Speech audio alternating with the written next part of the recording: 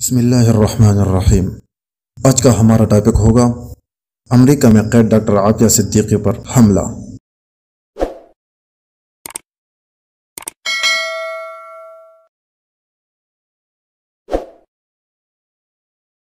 دفتر خارجہ نے کہا ہے کہ امریکہ کا قید میں موجود نیورو سائنسدان ڈاکٹر عافیہ صدیقی کو گزشتہ ماہ امریکہ کے فیڈرل میڈیکل سینٹر میں ساتھی قیدی نے تشدد کا نشانہ بنایا اور اب وہ صحت یاب ہے۔ پاکستانی نژاد امریکی شہری عافیہ صدیقی کو ایک امریکی عدالت نے امریکی فوج اور FBI کے افسران پر افغانستان میں دوران حراست گولی چلانے کے الزام میں فرد جرم میں 86 سال قید کی سزا سنائی تھی۔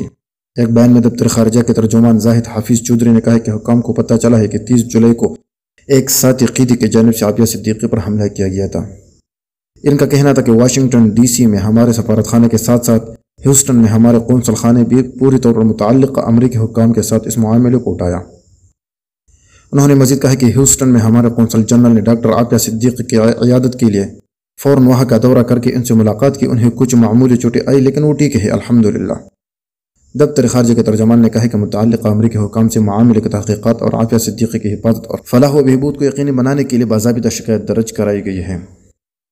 دہشت گردی کے خلاف جنگ سے متاثرہ برادریوں کو بااختیار بنانے کے لیے کام کرنے والے تنظیم CAG نے 19 اگست کو کہا تھا کہ انہیں صدیقی کے وکلاء کی طرف سے پریشان کن اطلاع موصول ہوئی ہے جس میں کہا گیا ہے کہ ان کے سیل میں ایک قیدی نے حملہ کیا تھا جو کچھ عرصے سے انہیں ہراساں بھی کر رہا تھا۔ بیان کے مطابق قیدی نے ان کے چہرے پر بھرا ہوا گرم کافی کا مگ توڑ دیا۔ بیان میں کہا گیا کہ پرتشدد حملے کے بعد شدید تکلیف میں مبتلا ڈاکٹر عافیہ صدیقی اپنی حفاظت کے لیے جھلک کر بیٹھ گئے۔ وہ حملے کے بعد اٹھنے سے قاصر تھے اور انہیں وہیل چیئر پر سیل سے باہر نکالنا پڑا۔